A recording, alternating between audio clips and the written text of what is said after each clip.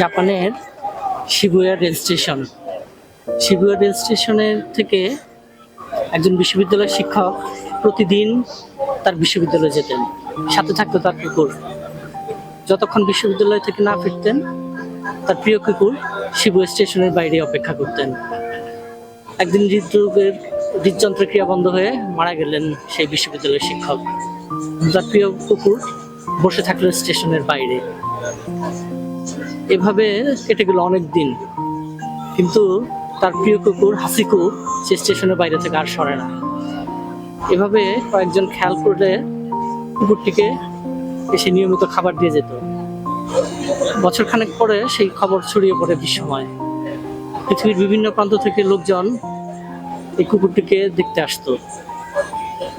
আজকে হাসিকো বেঁচে নেই, কিন্তু তার ব্রোঞ্জের মূর্তি আছে এখনো সারা পৃথিবী থেকে লোকজন হাসিকোকে এবং তার ভালোবাসার নিদর্শনকে দেখতে আসে।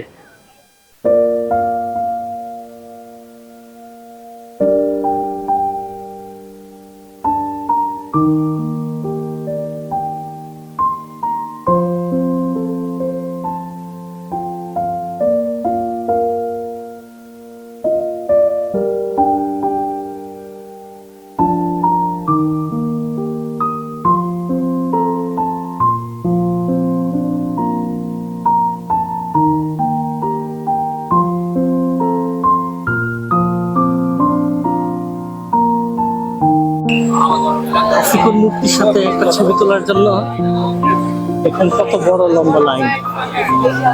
হাসিকো বেঁচে নাই, কিন্তু বেঁচে আছে তার ভালোবাসা। আজকাল জাপানের তরুণ তরুণীরা তাদের ভালোবাসার কথা বলার জন্য হাসিকোর মূর্তির কাছে আসে। এমনকি শোনা যায় তারা বিয়ে করার মতো সিদ্ধান্ত নেয় হাসিকোর মূর্তির পাশে দাঁড়িয়ে।